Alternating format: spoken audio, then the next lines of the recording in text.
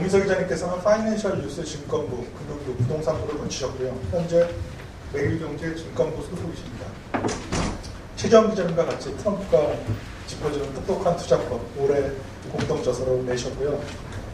그다음에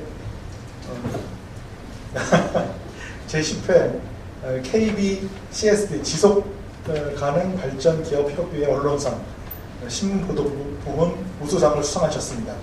자, 그러면 고민석 기자님 발표를 들어보도록 하겠습니다.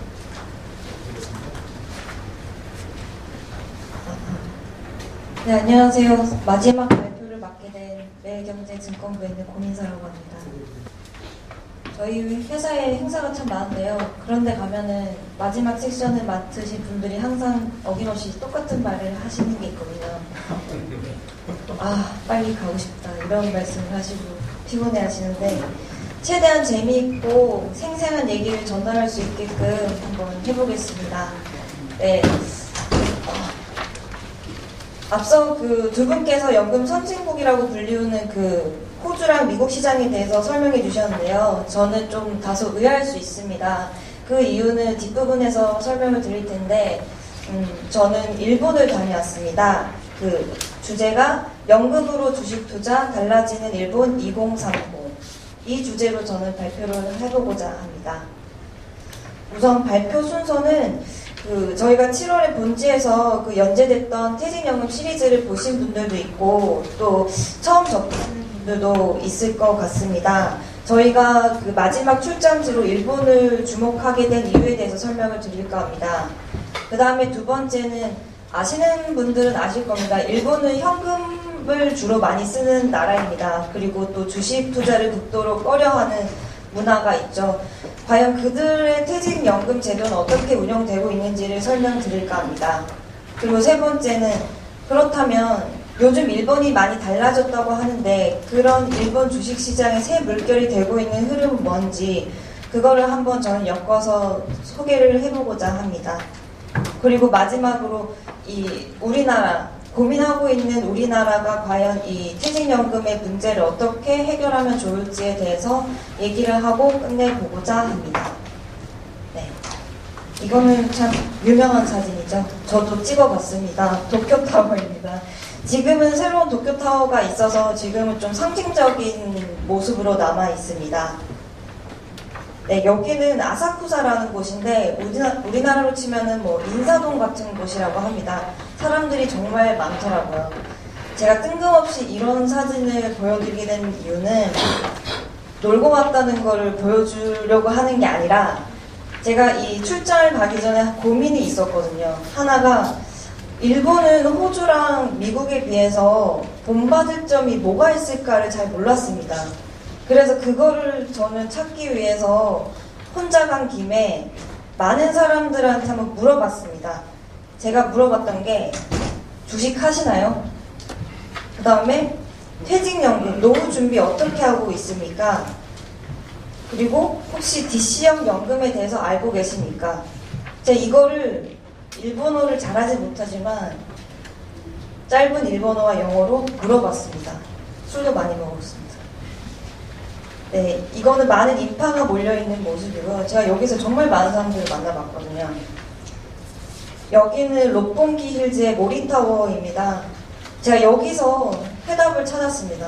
여기가 그 젊은 사람들이 많이 찾는 곳이거든요. 우리나라로 치면 뭐 IFC, 뭐 삼성동에 있는 코엑스 같은 곳인데 젊은 사람들을 만나보니까 다르더라고요. 그 다르다는 점이 저의 이번 발표의 핵심이기도 하고 주제입니다.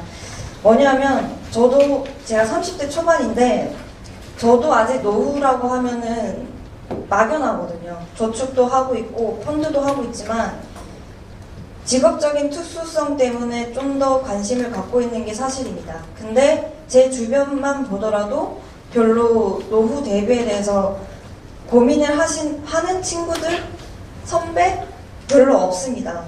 근데 제가 일본을 가보니까 좀 색다른 점을 하나 발견한 게 있었습니다.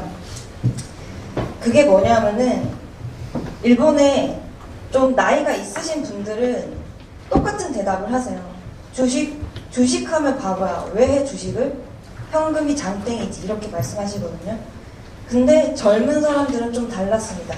주식 안 해요. 주식 안 하는데 해야 될 것 같아요. 이렇게 대답하시는 사람들이 생각보다 진짜 많았습니다. 그렇게 말을 하게 된 이유가 뒷부분에 제가 상세하게 설명을 드릴 텐데, 일단 아시는 분들은 아시겠지만 일본은 참 격변기를 겪었잖아요. 그 격변기 속에서 이제 나이가 있으신 분들은 노년층, 그 80년대, 90년대 그 완전 흥망성쇠를 겪으면서 주식은 망하는 지름길이라는 그런 인식이 있는 사람들입니다. 그 밑에 저희 부모님 세대들 비슷합니다. 주식으로 크게 돈을 버신 분들이 없죠. 그 분들 밑에서 자란 30대, 최대 40대, 20, 30대 이런 젊은 분들은 주식을 하면 안 된다고 생각을 합니다. 근데 이런 사람들이 인식의 전환을 갖게 된 게 바로 디플레가 바뀔 수 있다라고 하는 인식이 생겨나기 시작했다는 겁니다. 이게 상당히 비약적으로 들릴 수도 있는데요. 근데 제가 만났던 상당수 젊은 사람들이 이런 인식을 갖고 있다는 거에 제가 많이 놀랬기 때문에 강조를 하고 있는 부분입니다. 뒤에서 자세하게 설명드리겠습니다. 이거는 이제 일본의 연금 제도인데 많이 아시는 내용들이기 때문에 저도 상세하게 설명을 드리지 않겠습니다. 그 일본도 국민연금과 후생연금이 나눠져 있습니다. 후생연금은 우리가 아시다시피 그 사업장 가입자들을 위한 그 연금입니다. 그 일본은 좀 특이한 부분이 원래 그 선진 복지국가에서 보면은 그 기초연금을 먼저 도입해서 운영을 하다가 이게 소득 비례 연금을 추가하는 방식으로 개혁이 됐습니다. 근데 일본은 좀 특이하게 다양한 계층의 여러 가지 그 공적연금 제도를 만들어 두고 이거를 운영해 오다가 다시 반대로 이거를 합치게 됩니다. 그러니까 약간 좀 구조가 다릅니다. 그래서 일본을 선진 그 퇴직연금 시장이라고 부를 수 있을지에 대해서는 좀 의문이 있는 부분도 있고요. 근데 일본을 좀 주목해야 될 부분이 우리나라랑 정말 비슷합니다. 일본도 이 공적연금에 대해서 물음표를 갖고 있습니다. 우리가 지금 저도 똑같은 게 매달 그 국민연금을 붓고 있지만 나중에 내가 이거를 진짜 잘 받을 수 있을까? 이런 의문을 요즘 일본 사람들도 갖고 있습니다. 최근 몇 년 동안 일본에서는 그 우리랑 비슷하게 이런 고민을 하고 있고 실제로 일본은 연금 제도 개혁을 활발하게 하고 있습니다. 제가 6월 초에 그 출장을 다녀왔는데 그한테 그 한 2살 달 사이에 제도가 바뀐 게 몇 개가 있더라고요. 제가 그걸 업데이트하기 위해서 요즘 밤을 샜습니다. 그 다음에 그래서 일본에서 이거는 일본의 공적연금 제도의 변천 과정인데 크게 설명은 안 드리고 넘어가겠습니다. 마지막에 그 민간 공무원 연금을 통합했다라고 하는 게 2015년도에 있었습니다. 제가 조금 말씀드리고 싶은 거는 일본이 우리나라와 크게 사정이 다르지 않고 오히려 우리가 하고 있는 고민을 몇 년 앞서서 하고 있다는 점을 한번 강조하고 싶습니다. 그래서 일본은 모든 분들이 아시죠? 노령화라는 걸 갖고 있고 저출산 문제 때문에 일본은 이 연금 문제를 아주 심각하게 받아들이고 있습니다. 이거는 저희가 기사에 썼던 내용인데요. 일본 DC형 연금에 대해서 간략하게 설명을 드리면 일단 가입 의무가 없습니다. 자율적으로 할 수 있는데 대부분이 가입합니다. 대부분이 DC형으로 하고 있습니다. 그리고 일본은 그 투자 자산별 비중이 그나마 우리나라에 비해서 국내외 주식이 20% 정도 차지를 하고 있습니다. 근데 아이러니하게도 수익률이 2, 3%입니다. 별로 높지가 않습니다. 그래서 이 부분에 저도 고민에 빠졌습니다, 사실. 네, 그 다음에 이거는 뒷부분에서 설명을 드릴 텐데 가입자 교육 부분은 일본에서 우리가 배워야 될 부분이기도 하고 일단 일본은 그 퇴직 교육이 의무화되어 있긴 합니다.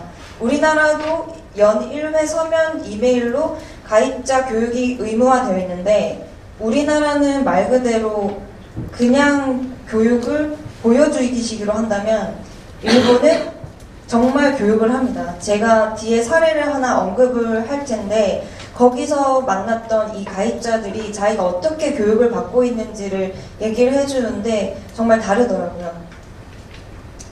이거는 이제 우리나라와 일본의 그 퇴직연금 투자 자산의 비교 차이인데, 저는 이번 발표에서 일본이 이렇게 투자를 잘하고 있다라고 말하고 싶은 게 아닙니다. 이거는 단순히 이렇게 하고 있다라는 것.